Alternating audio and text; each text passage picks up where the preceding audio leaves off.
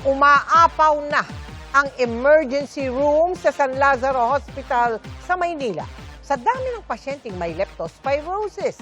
Kaya naghahanda na raw ang Department of Health sa posibleng pagsipa pa ng dami na nagkakasakit sa susunod na linggo.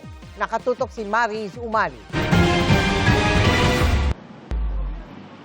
Umabot na sa labas ng emergency room ng San Lazaro Hospital ang fast lane ng mga suspected leptospirosis cases na nagpapagamot ngayong araw.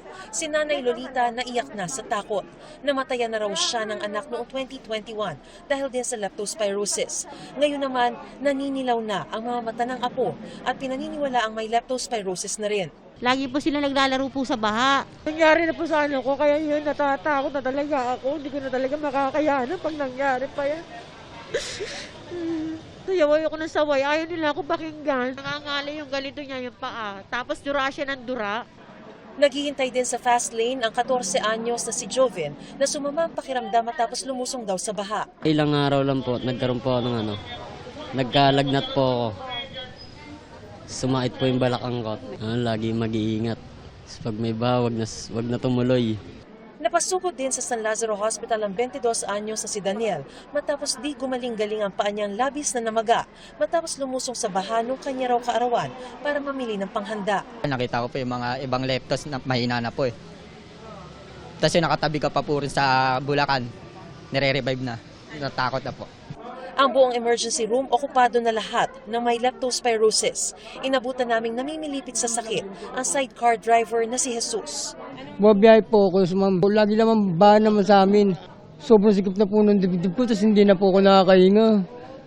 Tapos ang sakit na po ng binti ko, hindi na po ako nagkano nakakalakad. Dahil sa dami na rin po ng mga pasyenteng may severe leptospirosis, ay kinailangan na pong buksan ito 24/7 mula noong linggo para matugunan kaagad ang pangangailangan ng mga pasyente para sa dialysis. Nag-stomach cramps na po ako, vomiting, spitting, dizziness po. Yun siya. Wala po sa kaisipan ko na madadialysis po ako. Malungkot po. Kasi malilit pa po yung mga anak ko.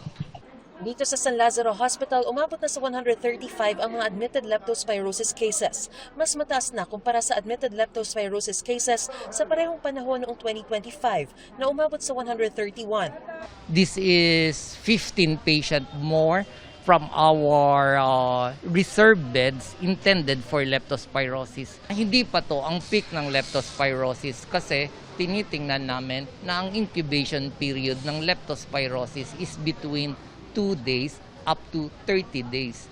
Nakikita namin na ang magpipik ang leptospirosis surge is August 31.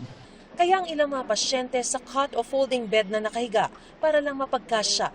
Umabot naman sa 6 ang nasawi dahil sa leptospirosis mula August 10. Ang mga leptospirosis na in severe form, meron po silang 50% mortality rate sa libro. Yun yung aming panawagan sa kanila dahil ang bacteria is ang leptospirosis ay isang simpleng bacteria. Kaya po natin siyang gamutin ng antibiotic. Sa NKTI, umabot na sa 48 ang leptospirosis cases ngayong umaga. Handa naman daw ang Department of Health sa pagtaas ng kaso ng leptospirosis. Pinaiigting nila ang referral system para maiwasan ang pagdagsa ng pasyente sa iisang ospital. As of August 22, nasa 4,285 na ang kaso ng leptospirosis sa bansa. Mas mababa ng 37% kumpara sa 6,839 na kaso na itala sa parehong panahon noong 2025. Kami rin ay nakikipag-usap sa mga pribadong ospital na kapag talagang may surge ay gamitin yung kanilang supposedly 10 to 15% na no balance bill bed. Meron tayong 3.1 million capsules na available So nagkaroon po ng ang PGH na statement na sila po ay tutulong kung kinakapos po talaga ng espasyo or bed capacity ang NKTI, nandiyan po ang PGH at kung may mga pasyente na hindi naman nagsasuffer ng leptospirosis, maaari naman silang lumipat sa PGH. Mariz Umali, Nakatutok, 24 Oras.